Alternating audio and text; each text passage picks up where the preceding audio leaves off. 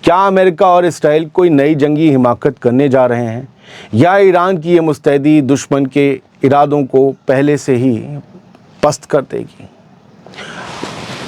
میرے پاس کچھ انپوٹس ہیں، کچھ جگہ خبر ہے، سب جگہ نہیں ہے، کنفرم نہیں ہے، پھر بھی دعوے کیے جا رہے ہیں کہ برٹن میں بہت بڑا ہتھیاروں کا ذخیرہ امریکہ کا اترا ہے برٹن میں۔ تو اس بار کیا عرب اسٹیٹس کو بچانے کے لیے عرب زمینوں پر حملے نہیں ہوں گے؟ کیونکہ ایران نے کہا ہے جہاں سے حملہ ہوگا وہاں حملہ کریں گے۔ کیا اس بار یورپ سے حملے ہوں گے؟ اس لیے بہت بڑی تیاری کی جا رہی ہے، کیونکہ فاصلہ بھی ہے بہت زیادہ۔ آگے بڑھتے ہیں۔ اسٹریٹ آف ہارمز میں ایران نے امریکی حفاظت میں جا رہے ایک اور تیل کے ٹینکر کو نشانہ بنا کر سمندر میں چلنے پھرنے سے پوری طرح معذور کر دیا ہے۔ یعنی کہا جا رہا ہے کہ ایران نے ایک اور جہاز کو ٹھوکا ہے۔ دعویٰ ہے، خبر یہ ہے کہ اس آئل ٹینکر یعنی تیل ڈھونے والے جہاز میں زبردست آگ لگ چکی ہے، جس سے پورے علاقے میں ہڑکمپ مچ گیا ہے۔ یہ 27 اگست کی خبر ہے، صبح کی۔ یہ واقعی امریکہ کا ایک بہت بڑا ٹیسٹ ہے دوستو، یہ اس کا کڑا امتحان ہے، کیونکہ امریکہ لگاتار یہ دعویٰ کر رہا ہے کہ اسٹریٹ آف ہارمز پر ہمارا پوری طرح کنٹرول ہے، اسٹریٹ آف ہارمز پوری طرح فنکشنل ہے، چالو ہے، اور کوئی بھی جہاز وہاں آزادانہ طریقے سے آ جا سکتا ہے۔ اب ایک طرف سپر پاور کا یہ دعویٰ اور دوسری طرف جہاز پر حملہ۔ ایران لگاتار ہر رات وہاں حملے کر کے امریکہ کے صدر ڈونلڈ ٹرمپ کے اس دعوے کو سیدھا اور کھلا چیلنج دے رہا ہے۔ ان دونوں کی اس لڑائی اور ضد کے بیچ حقیقت یہ بھی ہے کہ دنیا بھر کی شپنگ کمپنیاں بری طرح سے پس رہی ہیں، گلوبل ٹریڈ کو بھاری نقصان ہو رہا ہے اور بازاروں میں چیزیں تیزی سے مہنگی ہوتی جا رہی ہیں۔ دوستو، اسٹریٹ آف ہارمز پر اپنے کنٹرول کو ثابت کرنے کے لیے ایران اور امریکہ جو یہ جنگی کھیل کھیل رہے ہیں، اس کی بھاری قیمت آج پوری دنیا کو اپنی جیب سے چکانی پڑ رہی ہے۔ حالانکہ یہ بھی بتانا ضروری ہے کہ ابھی تک ایران نے اس حملے کی ذمہ داری نہیں لی ہے۔ ہمارے ایڈیٹر صاحب، ویڈیو ایڈیٹر صاحب، انہوں نے ہمیں بتایا ریم کا دام تم چوک گئے، بولے پچھلے سال ہم نے 12 جی بی کی یا 16 جی بی کی ریم 5000 روپے کی لی تھی۔ بولے سر ایکسٹینڈ کرنے ہیں۔ ہم نے کتنی؟ بولے اتنی کرنی ہے۔ ہم نے کتنے کی آ رہی ہے؟ بتا رہے تھے 30,000 کی، 5 سے 30,000۔ کہہ رہے کچھ اے آئی وی آئی بھی ہو گیا، لیکن بس چیزوں کے دام بڑھ رہے ہیں۔ ابھی کل پتہ نہیں کس چیز کے دام ہمارے سامنے آئے تو ہم چوک گئے۔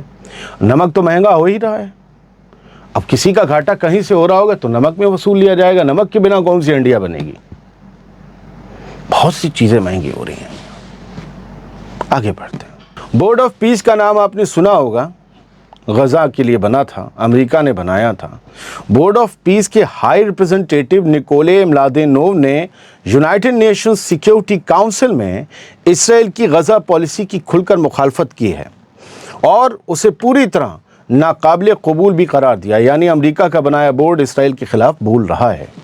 ملادینوو نے اسرائیل کی طرف سے شیلٹر یعنی آسرا جو ہوتا ہے نا، اور راحت کے ساز و سامان پر لگائی گئی پابندیوں پر کڑا اعتراض جتایا اور دو ٹوک کہا کہ سردی کا موسم آنے والا ہے، ایسے میں 20 لاکھ فلسطینیوں کو تمبوؤں میں، ٹینٹس میں بے سہارا چھوڑ دینا کسی بھی صورت میں برداشت کے قابل نہیں ہے۔ انہوں نے اسرائیلی فوج کی طرف سے لگاتار جاری ایئر اسٹرائکس اور بمباری پر سوال اٹھاتے ہوئے صاف کہا کہ ان حملوں سے نہ تو حماس کو ہتھیاروں سے محروم کیا جا سکا ہے اور نہ ہی مستقبل میں ایسا ہو پائے گا۔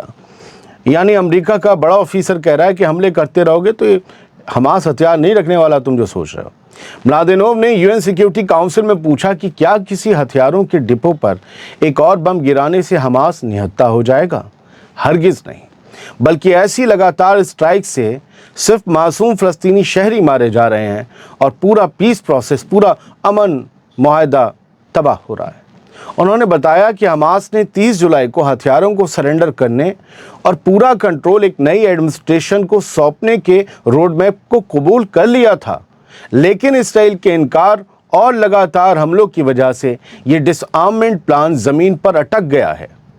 دوستو، ملادینوو کا یہ بیان صاف ثابت کرتا ہے کہ غزہ میں اسرائیلی حکومت کی ضد اور روز روز کی بمباری ہی اصل میں امن کے راستے کی سب سے بڑی رکاوٹ بنی ہوئی ہے۔ اس خبر کی سب سے خاص بات پتہ ہے کیا تھی؟ یہ اسرائیلی میڈیا کی خبر ہے، ٹائمز آف اسرائیل کی، اور اس کی ایک اور خاص بات یہ ہے کہ بولنے والا امریکی ہے، امریکی افسر ہے، ٹرمپ کے بنائے ہوئے بورڈ پیس کا چیف ہے۔ تو یہ اسرائیل کے اور نتن یاہو کے منہ پر تماچا ہے۔ بڑھتے ہیں آگے۔ سیریا پر لگی تمام انٹرنیشنل پابندیاں ہٹنے کے بعد اب ملک دوبارہ تعمیر اور ترقی کے ایک نئے دور میں داخل ہو چکا ہے۔ یہ بڑا اعلان سیریا کے پریزیڈنٹ احمد الشرا نے بدھ کو کیا ہے۔ انہوں نے امید جتائی ہے کہ سیریا اب دنیا بھر کے بازاروں کے بیچ ایک مضبوط پل، ایک اہم ٹریڈ کوریڈور اور مشرق سے مغرب کو جوڑنے والے بڑے اکنامک ہب کے طور پر اپنا کھویا ہوا مقام دوبارہ حاصل کرے گا۔ سالوں کی جنگ، تباہی اور پابندیوں کی مار جھیلنے کے بعد سیریائی حکومت اب پوری طاقت کے ساتھ اپنے شہروں، انفراسٹرکچر اور اکنامی کو پھر سے کھڑا کرنے کے مشن میں جٹ گئی ہے۔